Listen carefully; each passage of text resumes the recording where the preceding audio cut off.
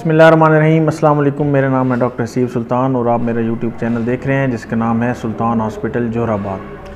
नाज़रीन, आज के इस वीडियो में हम एक बहुत ही कॉमन बीमारी के ऊपर गुफ्तगू करेंगे जिसका नाम इंग्लिश में जिसको बोलते हैं स्केबीज़ और उर्दू में इसके मुख्तलिफ़ नाम हैं। कीड़े वाली ख़ारिश या आम फैलने वाली ख़ारिश या मुतअद्दी ख़ारिश इसको बोलते हैं।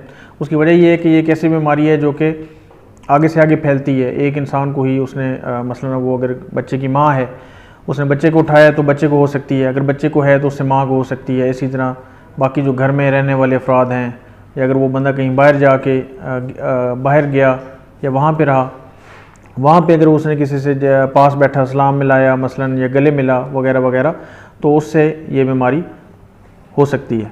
तो आज की इस वीडियो में हम ये डिस्कस करेंगे कि ये कैसे फैलती है, कैसे इसकी वजह क्या है फैलने की, और इसमें किन चीज़ों का ख्याल रखना है और इसका इलाज क्या है।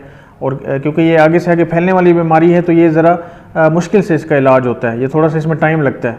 तो इसमें जो चंद गलतियाँ होती हैं वो हम आपको बताएंगे जो लोग करते हैं इसके इलाज में, ताकि आप उन चीज़ों को, उन गलतियों को ना दोहराएं और इससे जल्दी से छुटकारा पाएँ अगर आपको ये हो तो हमारे साथ रहिए, इंशाल्लाह शुरू करते हैं।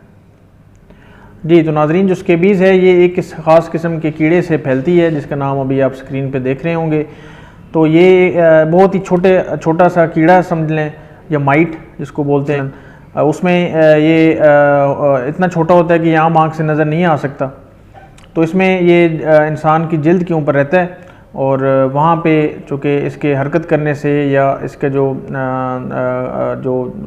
गिलाज़त होती है उसकी वजह से जो है ना ये ख़ास किस्म की ख़ारिश होती है। वो अमूमन पूरे जिस्म पे हो सकती है, लेकिन बाज़ औक़ात किसी एक या एक से ज़्यादा हिस्से पे भी हो सकती है।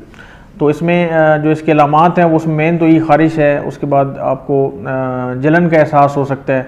और अमूमन ये कीड़ा जो है ये छुपी हुई जगहों पे ज़्यादा रहता है, जैसे बगलें हो गई, जैसे उंगलियों के दरमियान की जगह हो गई, उंगलियों के दरमियान, हाथों के भी और पाँव, और इसी तरह नीचे ग्रोइन एरिया जो है, टांगों के दरमियान की जो जगह है वहाँ पे ये इसकी ख़ारिश ज़्यादा हो सकती है।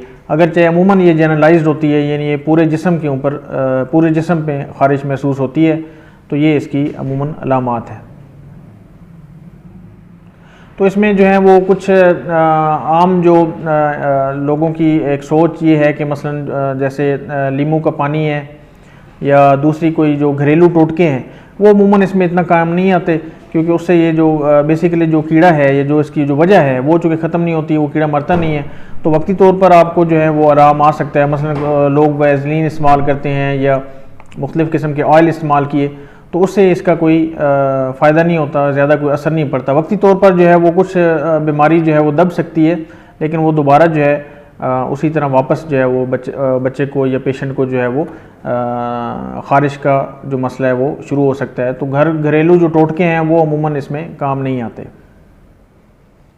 एक और सवाल ये है कि इसमें जो दौरानिया है वो इस बीमारी का कितना होता है। तो दौरानिया इसमें जो है वो अमूमन 2 हफ्ते के आसपास होता है, लेकिन अगर इसका सही तरीके से इलाज न किया जाए तो फिर ये लंबे अरसे तक भी चल सकती है। बाज़ औक़ात ये कई महीने जो हैं वो बार बार उसके जो है ना वो अटैक्स जो हैं वो आते रहते हैं, क्योंकि उसका सही इलाज हो नहीं सकता। वक्ती तौर पर कोई दवाई ले ली, कोई ऑयल वगैरह इस्तेमाल कर लिया तो उससे कुछ कम हो गई, फिर दोबारा। अच्छा, उसके बाद ये उसमें एक जो चीज़ है वो आगे इलाज में हम डिस्कस करेंगे कि इसका जो इलाज है वो जितने घर में बंदे हैं, जिनको ख़ारिश है वो सबका इलाज करना पड़ेगा।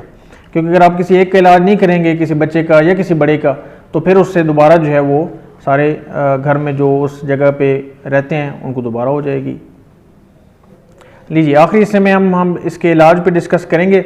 इसके इलाज में जो सबसे एक अहम चीज़ है वो है लोशन, और दूसरा ये है कि कपड़े, क्योंकि उसमें ये होता है कि ये जो जरासीम है ये कपड़ों में भी रहता है और स्किन के ऊपर भी रहता है। तो हमने स्किन का भी इलाज करना है और कपड़ों का भी इलाज करना है।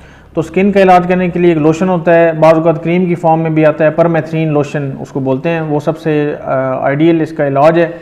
उसका तरीका ये है कि आपने रात को, अगर बच्चे को है तो बच्चे को या जितने भी लोगों को है वो रात को अपने कपड़े उतार के गर्दन से नीचे पूरे जिस्म पे लगाएंगे, और जो छुपी हुई जगह हैं मसलन हाथों के दरमियान, बगलों में, टांगों के दरमियान, वहाँ पे अच्छी तरह लगाएंगे। कोशिश करेंगे वो जगह जो है वो मिस ना हो, और सारी जगहों पे लगा के रात को फिर सो जाएंगे और सुबह उठ के नहा लेंगे।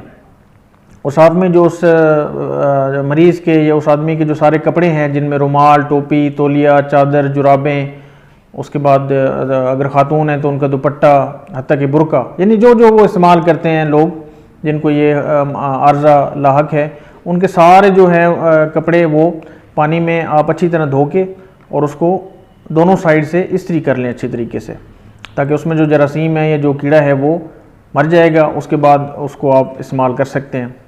तो ये इसमें मेन चीज़ है कि जो परमेथ्रीन लोशन है वो आप रोज़ाना की बुनियाद पर लगा सकते हैं। कुछ लोग रिकमेंड करते हैं कि वो आप 5 या 7 दिन बाद लगाएं। कुछ लोग कहते हैं कि वो उसको आप रोज़ाना अगर इस्तेमाल कर लें, रात को लगा लिया, सुबह उठ के नहा लिया और कपड़े चेंज कर लिए, और सारे कपड़े जो हैं वो आपने अच्छी तरह धो के दोनों साइड से उसकी इस्त्री करें और फिर उसको आप इस्तेमाल कर सकते हैं। तो इस तरह जो है ये मसला इंशाल्लाह उम्मीद है हल हो जाएगा। बाज़ औक़ात छोटे बच्चे हमारे पास आते हैं जिनकी उम्र सिर्फ 1 माह होती है, तो उनको भी ये मसला हो सकता है। तो बहरहाल 1 माह से लेकर जितना जो बड़े जो हैं वो बाज़ औक़ात जो बुज़ुर्ग हैं 80-90 साल के, तब तक ये बीमारी जो है वो रह सकती है और ये आगे से आगे फैलती है। तो इसका यही हल है कि सारे बंदों का इलाज किया जाए और सबको ये क्रीम लगाई जाए या लोशन लगाया जाए, और कपड़ों का भी आपने उसको भी ट्रीट करना है। तो उससे उम्मीद है कि ये बीमारी जो है वो ख़त्म हो जाएगी। बहुत शुक्रिया। आज की ये छोटी सी वीडियो उम्मीद है आपके नॉलेज में इजाफ़ा करेगी। हमारी वीडियोज़ इसी तरह आप मज़ीद मालूमात के लिए देखते रहें। अपनी दुआओं में याद रखिए और अपना बहुत सारा ख्याल रखिए। अस्सलाम वालेकुम।